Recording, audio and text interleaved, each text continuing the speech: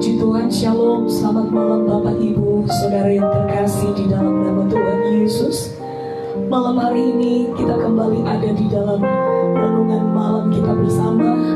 Dan mari siapkan hati kita, siapkan seluruh hidup kita untuk kembali belajar akan kebenaran firman Tuhan. Mari angkat hatimu di hadapan Tuhan, dimanapun Bapak Ibu Saudara berada.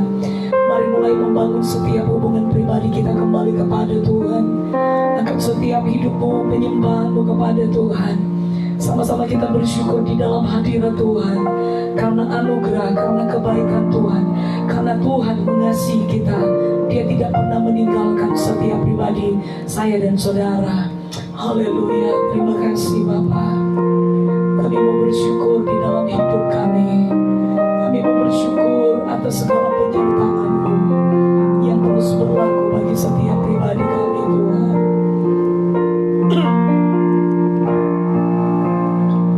Haleluya, terima kasih Tuhan.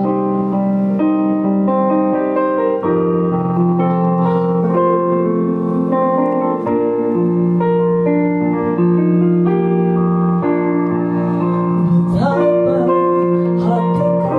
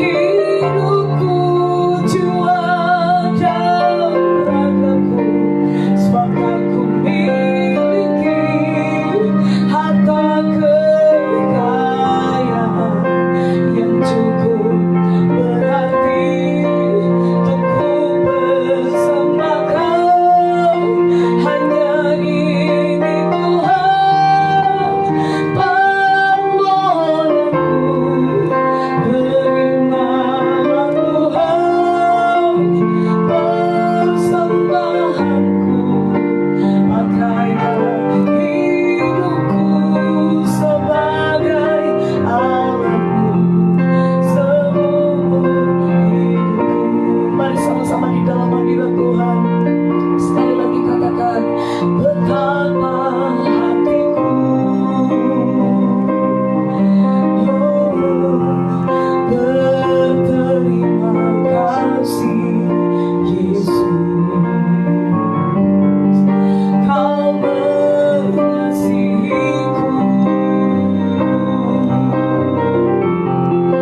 Kau memilikiku.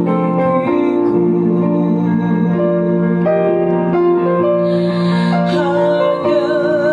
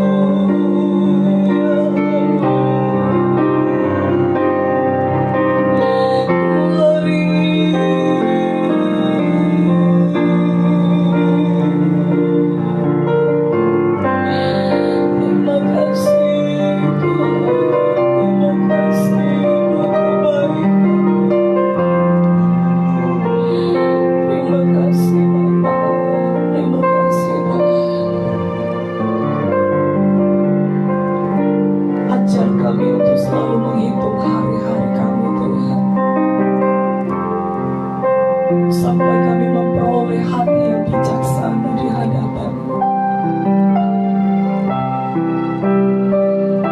Kami tidak mampu Tuhan hidup tanpa kekuatan Engkau. Dan namanya hal yang tidak kami pahami, kami mengerti di dalam setiap perjalanan hidup kami. Tapi kami mau belajar untuk selalu percaya akan apa yang Engkau katakan di dalam hidup kami Tuhan. Terima kasih Tuhan.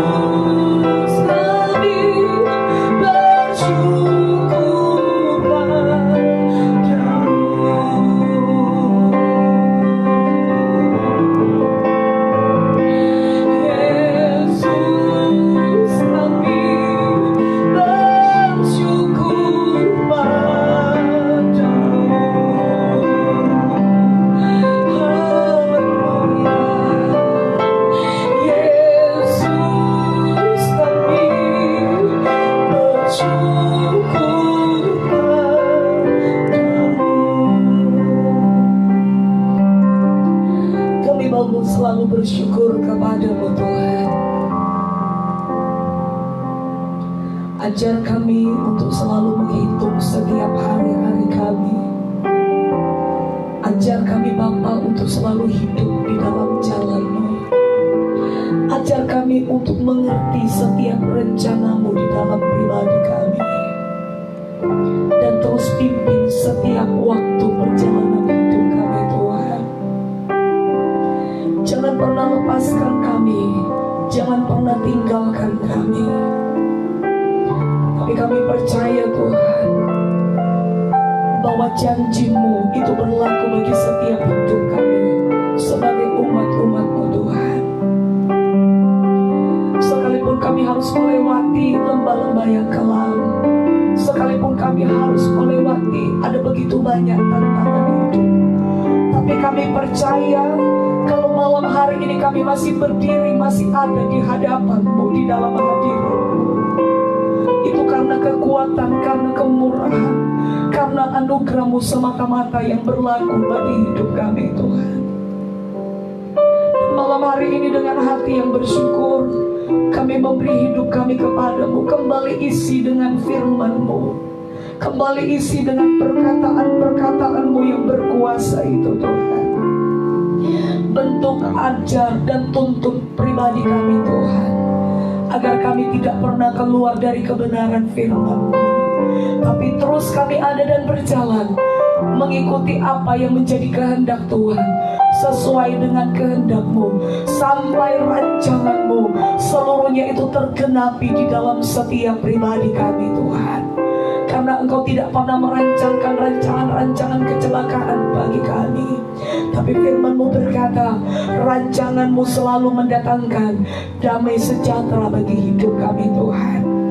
Pakai hamba-Mu yang akan memberitakan firman-Mu dalam renungan malam ini Tuhan. Sampaikan apa yang menjadi keinginan hati-Mu bagi kami. Kami siap untuk belajar akan kebenaran firman-Mu. Kuduskan setiap pendengaran pandang kami Bapa, sehingga setiap taburan benih firman itu tidak dapat dicuri oleh iblis, dan iblis tidak mengambil keuntungan di dalamnya.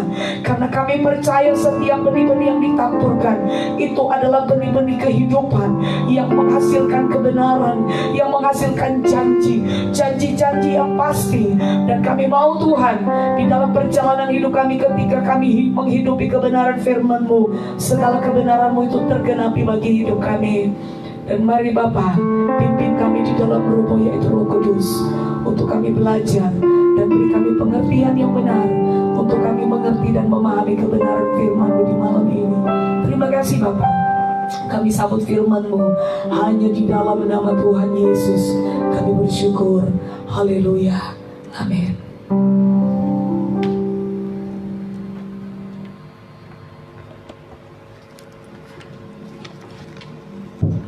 Puji nama Tuhan, saudaraku yang dikasih oleh Tuhan. Malam hari ini kita boleh kembali bersyukur pada Tuhan atas kasih-Nya, berkat-Nya, pertolongannya bagi kita sampai pada saat malam hari ini, sehingga kita boleh kembali ada untuk bersama-sama merenungkan kebenaran firman Tuhan sesuai dengan tuntunan bacaan Alkitab tahunan kita. Dan malam hari ini kita sudah sampai di bagian yang kedua dari Kisah Rasul pasal 23, yaitu dari ayat 16 sampai ayat yang ke seterusnya sampai yang ke-35.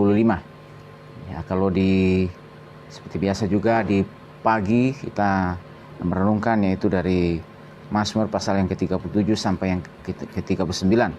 Dan doa kita oleh pertolongan Tuhan, setiap tahun, bahkan tahun ini kita belum menyelesaikan sampai di kitab Wahyu, dan kita bisa merenungkan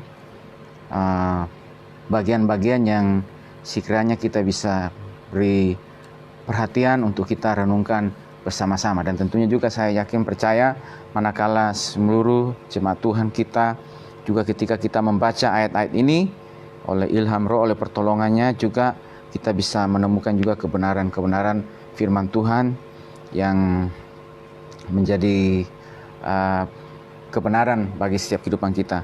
Jadi Tuhan, saat malam hari ini kita akan merenungkan, yaitu kita akan coba ambil dari ayat yang ke-27 sampai yang ke-30, yaitu perikopnya itu Paulus dipindahkan ke Kaisarea. dari ayat yang ke-27. Ini merupakan surat kepada dari Claudius Lysias kepada wali negeri Felix yang mulia di Kaisarea tentang perihal dikirimnya Paulus ke sana oleh karena ada komplotan orang-orang Yahudi yang ingin membunuhnya, dan sekarang mereka mengirim ke Kaisarea. Paulus dipindahkan ke Kaisarea dan tentunya dengan sebuah surat pengantar ke sana. Kita akan baca dari ayat 27 sampai ke 30. Orang ini ditangkap oleh orang-orang Yahudi, dan ketika mereka hendak membunuhnya, aku datang dengan pasukan mencegahnya dan melepaskannya, karena aku dengar bahwa ia adalah warga negara Roma. 28. Untuk mengetahui apa alasannya mereka mendakwa dia, aku menghadapkannya ke mahkamah agama mereka. 29. Ternyatalah bagiku bahwa ia didakwa karena soal-soal hukum Taurat mereka, tetapi tidak ada tuduhan atas mana ia patut dihukum mati atau dipenjarakan. Ayat 30. Kepada aku telah diberitahukan bahwa ada komplotan merencanakan membunuh dia, karena itu aku segera membawa dia kepadamu, sedang kepada para pendakwa telah kuberitahukan bahwa mereka harus mengajukan perkara itu kepadamu. Saudara yang dikasihi oleh Tuhan Yesus Kristus, bahwa isi dari surat ini sebagai surat pengantar kepada wali negeri Felix di Kaisarea, maka saudaraku di situ tercatat di dalam bagian ini, dalam tulisan firman Tuhan ini, saudaraku di sini bahwa orang ini Paulus ditangkap. Orang ini Paulus ditangkap oleh orang-orang Yahudi, dan ketika Paulus ditangkap, mereka hendak membunuhnya, Jadi sudah ada niat, sudah ada rancangan untuk melenyapkan, Paulus, membunuhnya, Ketika mereka sudah berhasil menangkapnya, oleh karena ada orang-orang Yahudi dari Asia di mana perjalanan misi Paulus. Dan ketika orang-orang Yahudi ini melihat Paulus ada di Yerusalem, dan segera mereka menghasut orang banyak untuk menangkap Paulus, dengan segala macam kita pelajari bahwa di pasal yang sebelumnya, yaitu pasal 22, Paulus membela dirinya atas tuduhan-tuduhan, tetapi mereka tidak mau mendengarkan atas apa yang Paulus sampaikan, dan mereka tetap ingin membunuhnya. Tapi saudaraku yang terkasih, bahwa di sini kita lihat saat mereka merancang, saat mereka berniat untuk membunuh, menghabisi nyawa Paulus, atau boleh dikatakan ini bertindak sebagai eksekutor, sebagai Allah yang ingin menghabisi nyawa seorang utusan Allah ini, pemberita Injil ini, yang dipakai oleh Tuhan menjadi rasul bagi bangsa-bangsa, bagi orang-orang non-Yahudi khususnya, dan juga ada bagi beberapa orang-orang Yahudi juga. Jadi waktu mereka sudah ingin melaksanakan niatnya menghabisi nyawa Paulus, mengeksekusi dia, atau itu yang saya katakan, mereka ingin bertindak sebagai hakim, sebagai Tuhan yang ingin mengambil nyawa seseorang. Padahal kita tahu bahwa hak untuk mengambil nyawa seseorang itu hanya pada Tuhan. Hak untuk mengambil nyawa seseorang itu hanya pada Dia, tetapi mereka bertindak untuk mau mengeksekusinya, mau membunuhnya, mau menghilangkan nyawanya, atau boleh dikatakan ini supaya dia tidak memberi pengaruh-pengaruh lagi. Oleh karena sedemikian yang dilakukannya. Tapi saudaraku, manakala tindakan tersebut, rancangan tersebut, dan sudah di depan mata, akan terlaksana, dan sepertinya sudah akan betul-betul sudah terlaksana, tinggal selangkah lagi, tinggal sesaat saja, dan Paulus akan dihabisi, akan dieksekusi oleh mereka. Tapi sini kita perhatikan bahwa terjadilah yang namanya, saudaraku terkasih, bahwa pemeliharaan Allah atas hidup Paulus sehingga tidak dibunuh oleh orang-orang Yahudi.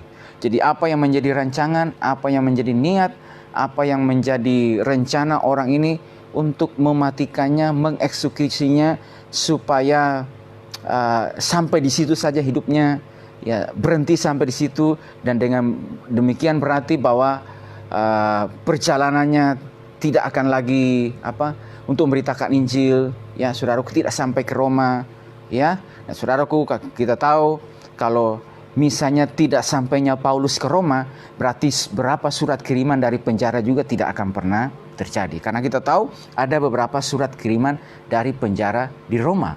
Manakala Paulus dipenjarakan di Roma, ada berita yang didengar, ada yang sampaikan kepada dia tentang jemaat-jemaat yang ada, saudaraku, maka dia dalam wibawa rasulinya menulis surat ya kepada mereka, kepada jemaat ya yang ada tentang berbagai situasi yang terjadi.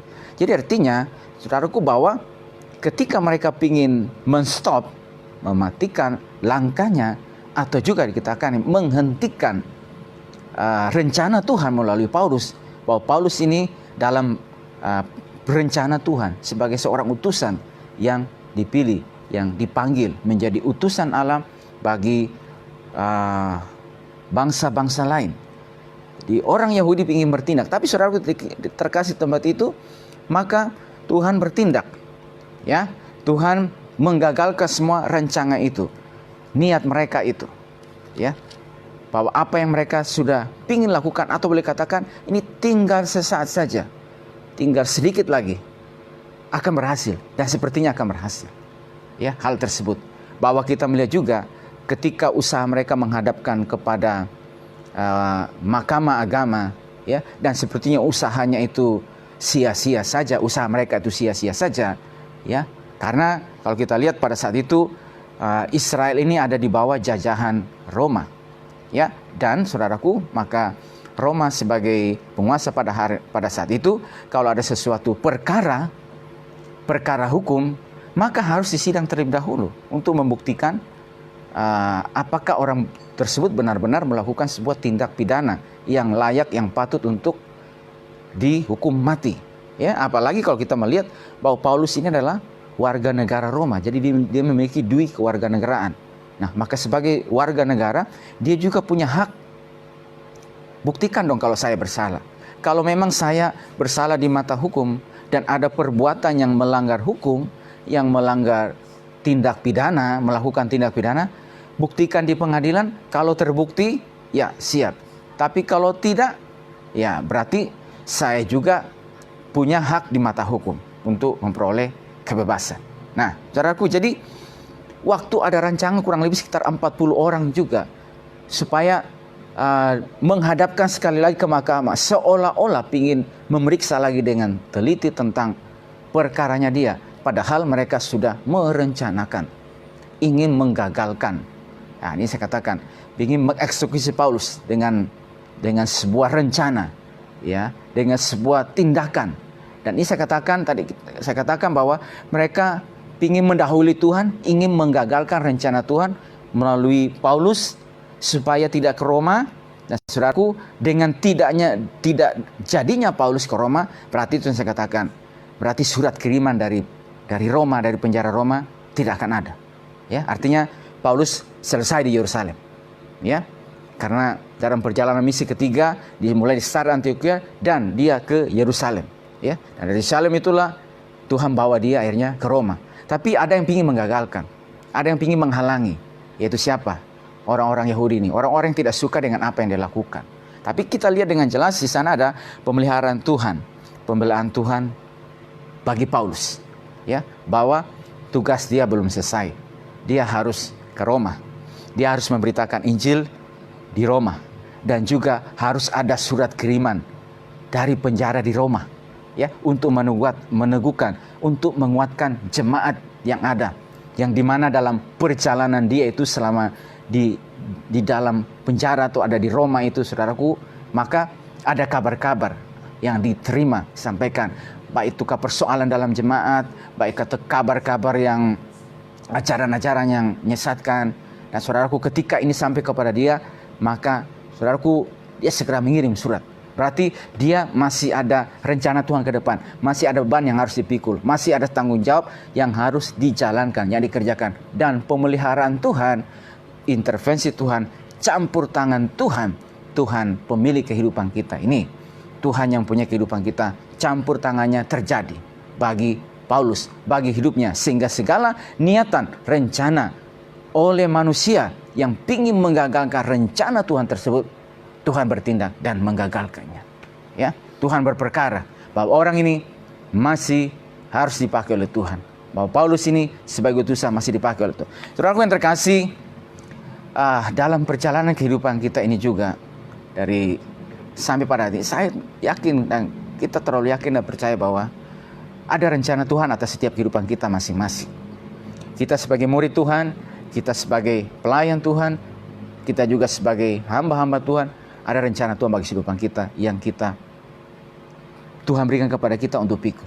Ya, dan saudaraku, terkadang di dalam perjalanan kehidupan kita ini, manakala Tuhan sedang giat-giatnya memakai kehidupan kita, mengurapi saudara, kasih karunia Tuhan bekerja, bahkan melalui hidupmu itu, melalui kehidupan kita yang Tuhan telah persiapkan, dan melaluinya itu banyak orang yang terterangi mata rohani mereka, terbuka pikiran mereka secara rohani, ya, dan saudaraku, sehingga mereka melihat kepada kebenaran, mereka melihat kepada firman Tuhan, dan akhirnya mereka bisa diyakinkan akan pribadi Kristus, akan juru selamat, akan Mesias, akan penebusan, saudaraku.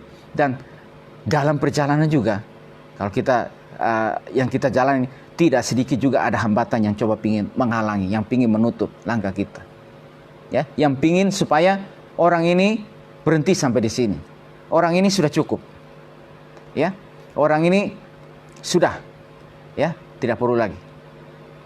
Saudaraku yang terkasih, kalau kita melihat dan kita percaya, saudaraku yang terkasih, manakala setiap kehidupan kita adalah, dan kita adalah sebagai orang-orang yang telah dipilih, yang telah ditebus, yang telah dipanggil keluar dari kegelapan kepada terangan ajaib untuk memberitakan perbuatan-perbuatan besar yang tidak, Tuhan menaruh sebuah beban, Tuhan menaruh sebuah tanggung jawab bagi kehidupan kita.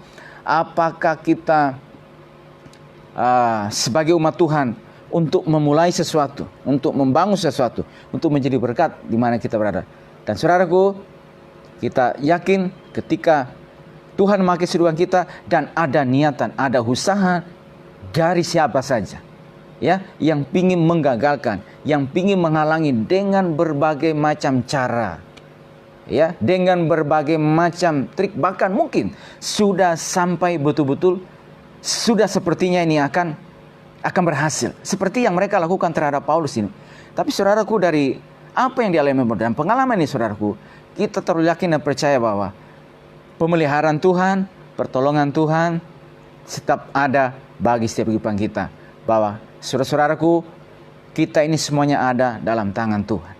Bahwa ketika Tuhan yang telah memanggil kita, Tuhan yang setia yang memanggil saya dan saudara keluar daripada kegelapan, melengkapi, mempersiapkan kita, dan berikutnya melalui hidupmu, melalui tanganmu, mengkaryakan sesuatu berguna, bermanfaat, dan ternyata ada yang ingin menghalangi, yang ingin menggagalkan hal tersebut, saudaraku, campur tangan untuk bekerja, karena Tuhan belum selesai dengan kita, masih ada yang harus dijalankan, masih ada yang harus dikerjakan, ya, saudaraku. Dan kita percaya sekalipun sudah berada, ya, di ujung, dan sepertinya yang dikatakan akan berhasil rencana tersebut, tapi Tuhan turut campur tangan. Karena itu, saudaraku, tetap yakin percaya kepada Tuhan pada hari ini.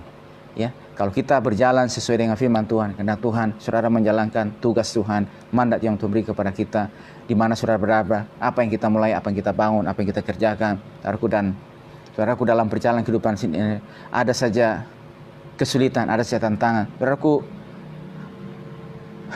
Kita yakin dan percaya bahwa Tuhan selalu ada campur tangan atas kehidupan kita, dan tantangan itu, masalah itu, atau apa saja yang ingin menghalangi saudaraku, tidak akan menghambat saudara terjadinya rencana Tuhan melalui kehidupanmu. Ya, kalau kita lihat juga misalnya dalam kitab Esther, ya, ketika Mordekai nyawanya sudah di ujung tanduk, dan bukan cuma Mordekai, nyawa bangsanya juga sudah ada di ujung tanduk di dalam benteng Susan pada hari itu, karena Haman sudah meminta meterai dari raja untuk menghukum, untuk membunuh, memunahkan semua orang-orang Yahudi yang ada di dalam benteng Susan. Ya, dan surat raja itu tidak mungkin ditarik lagi. Ya. Tapi saudara yang terkasih, dan juga ketika Haman sudah mendirikan tiang untuk menyulahkan Mordekai, ya, maka Tuhan berperkara di sana. Jadi sudah selangkah lagi, setitik lagi, Haman sudah memasuk ke pintu gerbang istana raja dan hendak memberitahukan tentang akan dilakukannya penghukuman, mengakhiri hidup Mordekai, menstop ya, memutus akan rencana Tuhan melalui hidupnya. Ya, jadi kalau misalnya pada hari itu Mordekai mati, maka saudaraku, Mordekai tidak akan pernah menjadi orang yang nomor 2 yang mengusahakan kesejahteraan bagi sanak saudaranya dan bagi orang Yahudi di kerajaan Ahasiweros.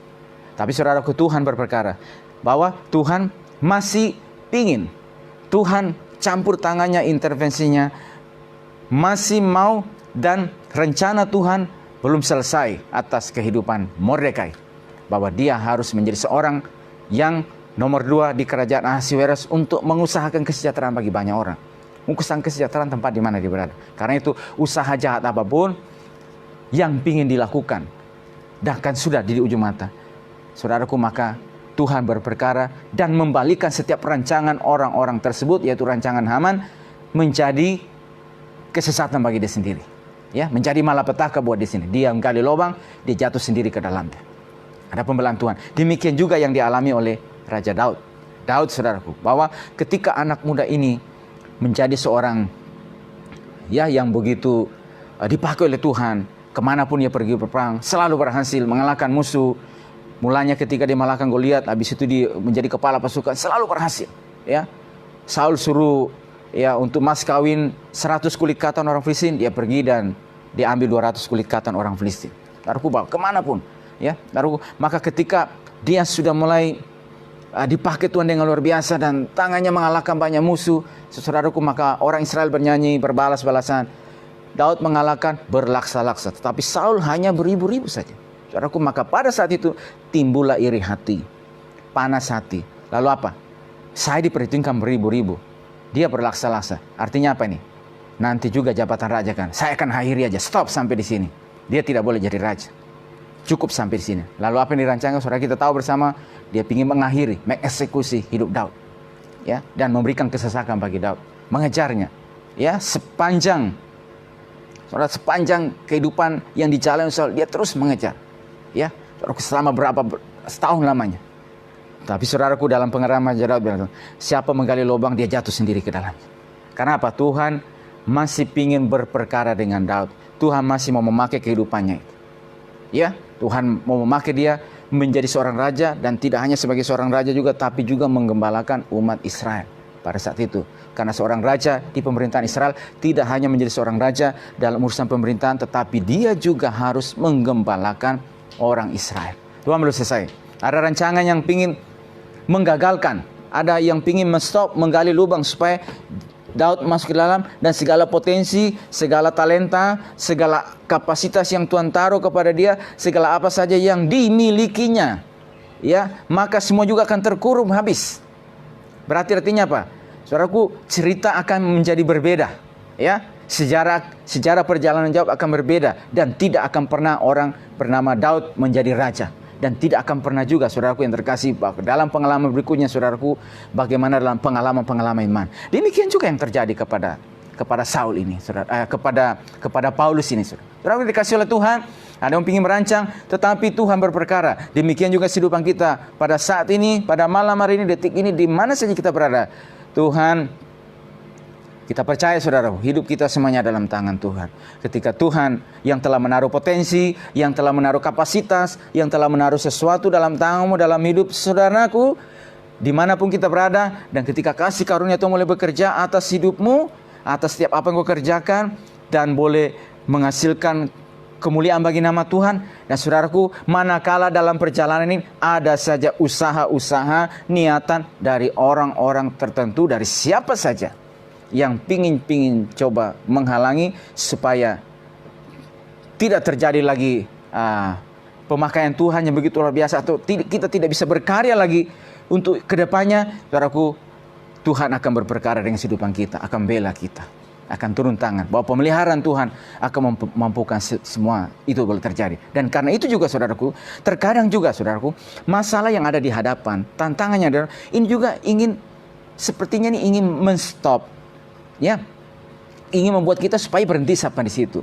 Sudah deh, cukup sampai di situ saja, ya. Dan kalau misalnya, saudaraku, kita menilai dari pandangan sisi yang berbeda, maka kita akan menjadi orang yang menyerah dengan tantangan yang ada. Aduh, sepertinya tantangan ini terlalu berat, dan saya tidak akan bisa melewatinya, tidak akan bisa meluncurnya, begitu beban. Akhirnya sudah apa? Ya sudah deh, selesai. Saudaraku yang terkasih dalam Kristus Yesus, pada hari ini dimanapun kita berada, saudaraku, jangan sampai kita menjadi lemah dan dilemahkan oleh karena tantangannya di depan. Tuhan masih mau berperkara dengan setiap kehidupan kita.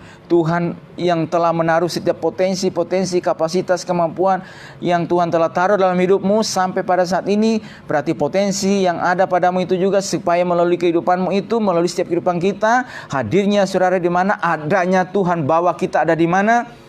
Sebagaimana kata firman Tuhan, kejadian kita adalah dahsyat dan ajaib, adanya Tuhan bawa saudara di mana. Saudaraku yang terkasih, berarti di tempat tersebut kita harus melakukan sesuatu, harus berguna di tempat tersebut untuk kemuliaan bagi nama Tuhan. Berarti saudaraku, pemeliharaan Tuhan, pertolongan Tuhan, campur tangan ilahi akan terus berperkara dengan kehidupan kita, akan terus memampukan engkau, akan terus menguatkan, akan terus menolong kita. Karena itu saudaraku yang terkasih, maka di sini juga saudaraku kita sudah belajar kemarin bahwa Tuhan hadir di sisi Paulus dan menguatkan. Kuatkanlah hatimu gitu. Berarti saudara, jangan tawar hati, jangan bimbang, jangan ragu, jangan gelisah, tetapi kuatkan hati saudara. Kuatkan imanmu, kuatkan kepercayaanmu kepada Tuhan. Ya, bahwa saudara-saudaraku yang dikasih oleh Tuhan, sebagaimana dalam Mazmur mengatakan bahwa sungguh hatinya melekat kepadaku, maka aku akan meluputkannya. Bila ia berseru kepadaku, aku akan mendengar. Ya. Nah, saudaraku, dan dengan panjang umur akan kukenyangkan dia. Saudaraku, dia kasih. Artinya apa saudaraku? Bahwa orang-orang yang melekat, yang dekat dengan Tuhan, kesulitan boleh ada, tantangan boleh ada, situasi apapun boleh ada. Tetapi manakala dia melekat dan menjadikan Tuhan sebagai tempat perlindungannya, sebagai tempat perteduhannya, tempat bahwa inilah jaminan yang bisa memberikan jaminan keselamatan, jaminan keamanan, jaminan perlindungan, maka saudaraku, Tuhan juga akan berperkara. Saudaraku yang dikasih oleh Tuhan, Tuhan juga akan terus berperkara dengan kehidupan kita. Pada malam hari ini, campur tangan Tuhan terjadi. Dan itu yang kita lihat saudaraku. Kita baca seterusnya bagaimana seorang yang bernama Paulus ini saudaraku, bahwa Tuhan terus memakai dia. Dan akhirnya saudaraku, akhirnya sampai ke Roma. Ya, dan di sana pun dia beritakan ini. Saudaraku, berikutnya kita perhatikan situ. Bahwa di situ dikatakan bahwa ia adalah warga negara Roma. Ya, kita tahu bahwa hukum bagi seorang warga negara Roma pada saat itu, ya saudaraku, maka kalau kita lihat juga dalam perjalanan Rasuli Paulus di Filipi, ketika mereka dijebloskan ke dalam penjara dan mau dilepaskan begitu saja, saudaraku, maka Paulus berkata bahwa kenapa mereka mau lepaskan kami begitu saja? Tanpa salah kami didakwa, tanpa melalui sebuah peradilan, lakukan dihukum, dimasukkan ke dalam penjara. Kami yang adalah warga negara Roma. Ya, jadi saudara-saudaraku dapat katakan bahwa dalam hukum Roma pada saat itu, dan di mana juga Yahudi sebagai daerah jajahan, maka siapa yang ada persoalan hukum, apalagi khususnya warga negara Roma, ada persoalan hukum, maka sebelum peradilan memutuskan dia bersalah atau tidak, maka berarti orang itu tidak layak untuk dihukum. Ya, dan saudaraku, kita jumpai di sini bahwa ternyata saudaraku bahwa ia didakwa soal-soal hukum Taurat, tetapi tidak ada tuduhan atas mana ia patut dihukum mati atau dipenjarakan. Gak ada tuduhan.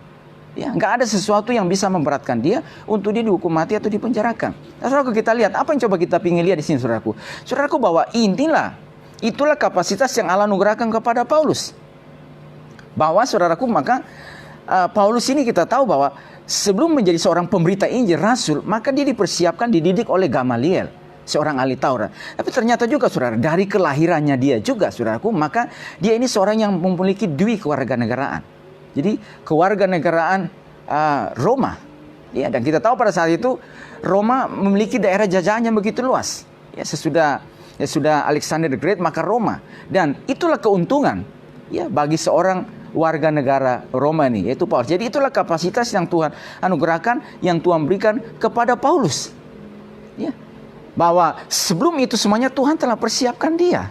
Tuhan telah membawa dia sehingga ketika ada situasi yang coba pingin menghambat ini untuk menggagalkan rencana Tuhan, dan saya katakan bahwa supaya juga tidak ada surat kiriman dari penjara, maka saudaraku yang terkasih, kapasitas yang ada kepada Paulus itu akhirnya oleh pertolongan Tuhan ya membawa dia sampai kepada di Roma. Nah, saudaraku terkasih dalam Kristus Yesus, bahwa Tuhan juga punya rencana atas setiap kehidupan kita, dari manapun kita berasal. Ya, dari manapun. Kita tidak pernah bisa memilih bahwa saya lahir di sini, saya berasal dari ini, tinggal ini. Tidak pernah bisa memilih. Dari keluarga ini saya dilahirkan. Tapi kita sudah ada pada hari ini. Ya, kita sudah ada pada hari ini dan kita tahu bahwa kita dari beraneka ragam, suku, ras, ya, dan seterusnya. Tapi saudaraku yang terkasih, bahwa setiap kapasitas yang ada kepada kita, setiap apa yang Tuhan taruh kepada kita, bahwa sebagaimana yang tulisan Paulus dalam Efesus mengatakan bahwa Allah telah memilih kita sebelum dunia dijadikan, supaya kita kudus dan tak bercacat di hadapannya. Jadi sebelum dunia dijadikan, Tuhan telah memilih kita. Ya.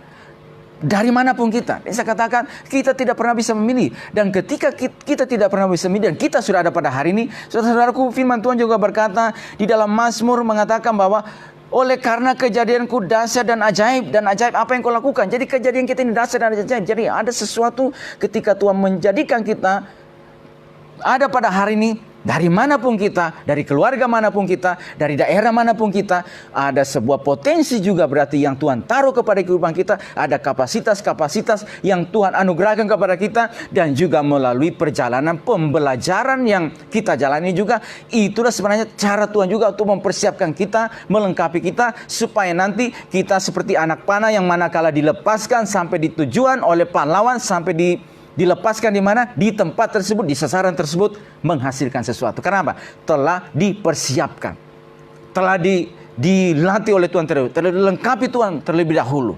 Dan saudaraku yang terkasih, bahwa itu artinya juga, saudaraku yang terkasih, bahwa kita tidak boleh merasa rendah diri dengan diri kita. Ya. Kita tidak boleh merasa rendah. Ya, dengan apa yang ada pada kita. Ya, apa adanya kita. Seperti itulah yang Tuhan jadikan. Berarti saya juga pribadi yang berharga di hadapan Tuhan. Kita tahu, saudaraku, beberapa orang percaya murid Kristus lahir dengan latar belakang yang khusus, yang spesial. Ya, mungkin seperti Paulus ini, ada latar belakang yang spesial. Dan dengan juga yang lain-lainnya. Ya, dan Allah memakai mereka untuk tujuan yang khusus juga, yang spesial juga. Tetapi juga, saudaraku, bahwa tidak semua orang lahir dalam keadaan begitu. Beberapa orang juga lahir dalam keterbatasan. Terbatasnya itu mereka lahir, saudaraku, tetapi Allah juga memakai mereka untuk tujuan Tuhan yang mulia. Ada orang-orang yang lahir dalam yang spesial, yang khusus, ya, tetapi juga dalam keterbatasan. Tapi semua kalau kita kembali kepada firman Tuhan, saudaraku terkasih, maka firman Tuhan ini sungguh luar biasa. Paulus mengatakan bahwa di dalam Kristus tidak ada lagi perbedaan. Tidak ada orang Yunani, tidak ada orang Yahudi, tidak ada budak, tidak ada merdeka, tidak ada orang baru, orang sedikit. Karena kita semua adalah satu di dalam Tuhan. Jadi siapapun kita, berarti kita adalah pribadi yang berharga di hadapan Tuhan. Karena itu, saudaraku, ini saya katakan, jangan merasa rendah diri dengan keadaan kita, apapun latar belakang kita. Jangan merasa rendah diri dan mengatakan bahwa Tuhan, saya tidak bisa apa-apa. Saudaraku yang terkasih, bahwa apapun adanya kita, manakala kita juga mengikuti cara Tuhan, proses Tuhan atas kehidupan kita, maka Tuhan juga akan menaruh kapasitas-kapasitas melengkapi kita, supaya saudaraku yang terkasih, hidup pun juga akan dipakai oleh Tuhan dengan caranya Dia, pada waktunya Dia, di mana Tuhan bawa kehidupan kita, di mana Tuhan tempatkan kita, hadirnya kita di mana, saudaraku yang terkasih, maka di tempat tersebut di mana kita berada, saudara berdaya guna dan bermanfaat di situ untuk kemuliaan bagi nama Tuhan. Dan juga, saudaraku yang terkasih, jangan berbangga diri bagi mereka yang mungkin dari latar belakang spesial, ya. Jangan berbangga diri karena itu, tapi kita mengatakan bahwa Tuhan, saya berbangga karena saya mengenal Tuhan, ya. Dan juga, saudaraku, dengan latar belakang seperti itu, berarti kita juga pakai untuk tujuan untuk kemuliaan bagi nama Tuhan. Ya, saudaraku yang terkasih, pada malam hari ini, siapapun kita dan setiap kehidupan kita, seluruh jemaat yang dikasih oleh Tuhan, bahwa ada pemeliharaan ilahi bagi setiap kehidupan kita. Ya, manakala Tuhan belum selesai berperkara dengan kita, berarti itu artinya juga bahwa Tuhan masih memakai setiap kehidupan kita. Ya, taruhkan seluruh segenap kehidupan kita ke dalam tangan Tuhan. Jangan sampai masalah yang ada di hadapan itu ingin menghalangi. Atau juga dapat katakan, siapa saja juga yang seperti dilakukan oleh Paulus ini, oleh orang-orang yang benci Paulus ini kepada Paulus, maka saudaraku, Tuhan campur tangan berperkara dengan hidupmu. Karena kita adalah ciptaan Tuhan yang mulia, diciptakan sepetah dan segambar dengan Tuhan. Dan saudaraku, pada kehidupan kita itu ada potensi ilahi yang Tuhan taruh gitu. Ya, melalui hidupmu itu loh, melalui setiap kehidupan kita itu loh, ada potensi-potensi yang sedemikian luar biasa. Dan karenanya melalui potensi itu, supaya hidup kita menjadi alat kemuliaan bagi nama Tuhan. Saudaraku, mari kita akan bacakan ayat penutup bagi kita. 1 Petrus pasal 2 ayat yang ke-9.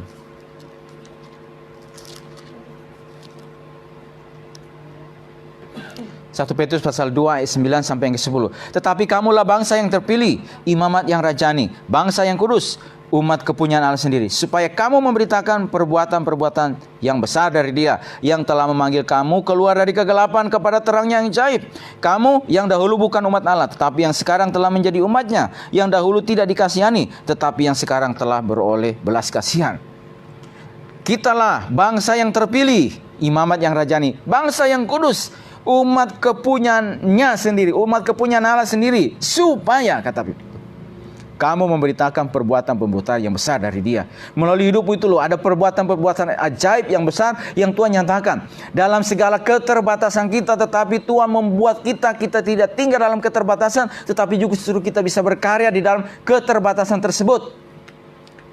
Karena apa, saudara? Kita tahu bahwa saya juga adalah umat pilihan Allah, dan Tuhan juga menaruh potensi bagi kita. Dan juga ketika, saudaraku, kita yang ada pada hari ini juga, dengan ada juga spesial yang Tuhan anugerahkan kepada kehidupan kita juga, saudara, melalui kehidupan itu juga kita juga dipakai oleh Tuhan untuk memberitakan perbuatan yang besar dari Dia, ya, untuk saudara-saudaraku kemuliaan bagi nama Tuhan, ya, yang telah memanggil kamu keluar dari kegelapan kepada terangnya ajaib, yang telah memanggil kita keluar, dipilih, ditarik keluar dengan darahnya dari kegelapan, ya, dari kutuk hukuman dosa, ya, dan ditebus oleh darah Kristus, sehingga kita menjadi umat Tuhan.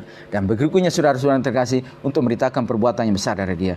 Kamu yang dahulu bukan umat Allah, tapi sekarang telah menjadi umatnya. Yang dahulu tidak dikasihani, tapi yang sekarang telah beroleh belas kasihan. Saudara, dikasih oleh Tuhan.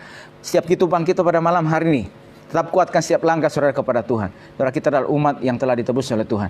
Pada setiap kehidupan kita, saudaraku, orang yang telah menjadi murid Kristus, yang telah dilahirkan kembali, berarti pada kehidupanmu, pada kehidupan saya, ada potensi yang Tuhan taruh. Ada kelebihan-kelebihan yang Tuhan taruh bagi hidupmu. Saudara-saudaraku, di dalam keterbatasan kita atau apapun, itu tidak membatasi engkau supaya melihat Allah yang tidak terbatas itu. Untuk menyatakan perbuatan-perbuatan yang tidak terbatas oleh Tuhan atas setiap hidupmu. Ya, jadi melalui setiap kehidupan kita, saudaraku, Tuhan ingin menyatakan sesuatu melalui hidupmu. Ya, saudaraku, manakala ada sesuatu, ada rintangan, ada halangan yang ingin menggagalkan rencana Tuhan tersebut, saudaraku, pemeliharaan Tuhan akan terjadi bagi kehidupan kita. Kuatkan setiap hati kita kepada Tuhan. Kuatkan setiap langkah saudara. Dan saudaraku, setiap rancangan orang-orang tertentu yang manakala ketika saudara dan saya telah mengalami kasih karunia Tuhan, dan melalui hidupmu, saudaraku yang terkasih, banyak orang boleh memperoleh kasih karunia, dan ada saja niatan orang-orang tertentu yang ingin menggali lubang supaya kita jatuh ke dalamnya. Saudaraku terkasih, percayakan kehidupan kita kepada Tuhan, bahwa manakala hidup ini ada dalam rencana Tuhan, ada dalam pimpinan Tuhan.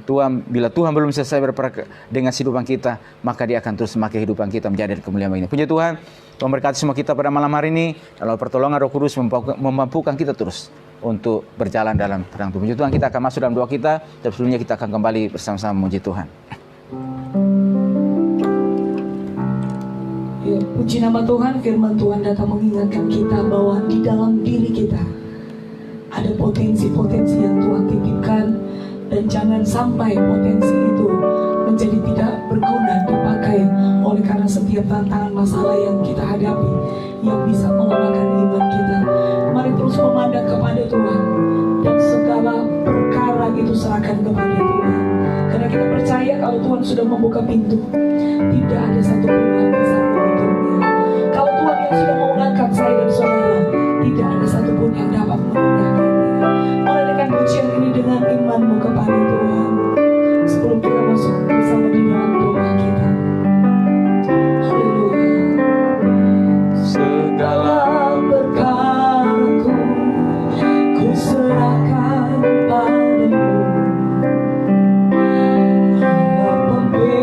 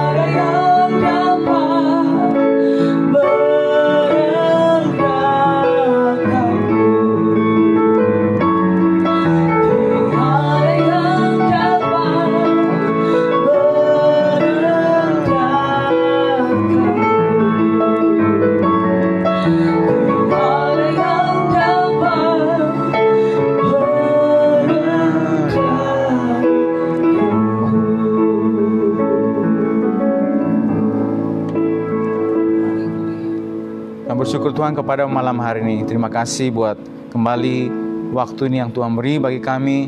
Tuhan boleh sama-sama datang kepadamu ya Tuhan. Memuji, meninggikan, memuliakan Engkau. Kebesaran keajaiban bagi kami ya Tuhan. Pemeliharaan setia Tuhan bagi kehidupan kami. Bahkan kami juga sudah bersama-sama renungkan benaran firman-Mu ya Tuhan. Dari apa yang kami dengar pada malam hari ini Tuhan, kehidupan kami oleh pertolongan Roh Tuhan, Roh-Mu ya Tuhan, untuk memampukan kami untuk menghadapi setiap kebenaran-kebenaran firman-Mu Tuhan. Bahkan ini menjadi kekuatan bagi setiap kehidupan kami, langkah kami, di mana kami berada, di mana Tuhan bawa kami ya Tuhan. Kami tahu ada potensi-potensi ilahi, ada karunia, ada kapasitas yang Tuhan anugerahkan bagi kami ya Tuhan. Dan melalui setiap kapasitas tersebut dengan sebuah tujuan juga, dengan sebuah maksud juga Tuhan, untuk memberitakan perbuatan besar yang Kau lakukan melalui kehidupan kami Tuhan, sehingga namun ditinggikan dan dipermuliakan Tuhan. Berkati seluruh umat-Mu ya Tuhan pada malam hari ini, dalam seluruh situasi mereka Tuhan, dimanapun mereka berada Tuhan. Engkau yang mengetahui, Engkau yang mengenal setiap apa yang mereka hadapi pada hari ini Tuhan. Dengan percaya Tuhan, campur tangan Tuhan, pertolongan Tuhan, mata Tuhan selalu ada bagi kehidupan kami ya Tuhan. Melihat kami, melihat setiap umat-Mu, melihat apa yang kami hadapi, melihat apa yang kami gumuli Tuhan. Dan oleh campur tangan-Mu ya Tuhan, kami dimampukan untuk dapat melewati semuanya Tuhan. Pembelaan Tuhan terjadi, campur tangan Tuhan ada atas kehidupan kami Tuhan. Bahkan terus kami berdoa, bawa terus seluruh umat-Mu dimanapun kami berada, semuanya boleh berada, untuk menjadi umat Tuhan yang terus menjadi saksi-saksi-Mu, menjadi alat-Mu ya Tuhan. Bahkan boleh berdaya guna, bermanfaat ya Tuhan, di mana Tuhan tempatkan kami ya Tuhan. Dan khususnya juga di tengah-tengah lingkungan bangsa kami ya Tuhan yang ada pada hari ini. Tuhan terus menolong umat-Mu, hamba-hamba-Mu, gereja-Mu ya Tuhan, di seluruh penjuru pelosok tanah air ini Tuhan, di mana saja Tuhan tempatkan mereka Tuhan, dan setiap kapasitas yang Tuhan anugerahkan kepada mereka Tuhan. Mereka juga boleh ikut bersama-sama juga dengan pemerintah kami ya Tuhan, untuk mengisahkan setiap apa yang diprogramkan ya Tuhan oleh pemerintah ya Tuhan ada pada hari ini. Dan khususnya juga Tuhan dalam penanganan ya Tuhan COVID ya Tuhan yang ada pada hari ini, baik dampak yang ditimbulkan, dampak kesehatan, dampak juga ekonomi, sosial Tuhan, tolong semuanya Tuhan, sehingga semuanya boleh bergandengan tangan untuk bersama-sama dengan pemerintah, dengan seluruh lapisan masyarakat yang ada, dari pemerintah pusat, daerah, satuan gugus tugas. Tuhan nolong semuanya, hamba-hamba-Mu, umat-Mu, jemaat-Mu Tuhan, tolong semuanya Tuhan, ikut bersama-sama ya Tuhan, sehingga oleh kasih anugerah Tuhan kami boleh melihat kebaikan Tuhan terus boleh terjadi ya Tuhan dalamnya Tuhan. Dan juga Tuhan apa yang sedang dijalankan pada hari ini Tuhan, new normal Tuhan di beberapa tempat ya Tuhan, di beberapa instansi ya Tuhan, baik instansi pemerintahan ataupun swasta ya Tuhan, yang sedang dijalankan dan yang akan dijalankan Tuhan, tolong. Dan juga Tuhan khususnya juga di rumah-Mu ya Tuhan, di gereja-gereja-Mu, di beberapa tempat yang sudah menjalankan, Tuhan juga menolong ya Tuhan, semua boleh menjalankan. Dan juga protokol kesehatan yang sudah dijalankan Tuhan berperkara ya Tuhan, sehingga semuanya terjadi kebaikan Tuhan, terjadi pertolongan Tuhan bagi kami. Bersyukur malam hari ini Tuhan, terima kasih buat kesempatan ini Tuhan, kekuatan-Mu, pertolongan-Mu terus ada bagi kehidupan kami Tuhan. Dan kami akhiri Tuhan perundungan malam kami pada hari ini, percaya pertolongan Tuhan, berkat Tuhan boleh menyertai kami semuanya. Di dalam nama Tuhan Yesus Kristus kami bersyukur dan berdoa kepada Bapa di surga. Haleluya, amin. Puji Tuhan, Tuhan berkati semua kita pada malam hari ini, dan shalom.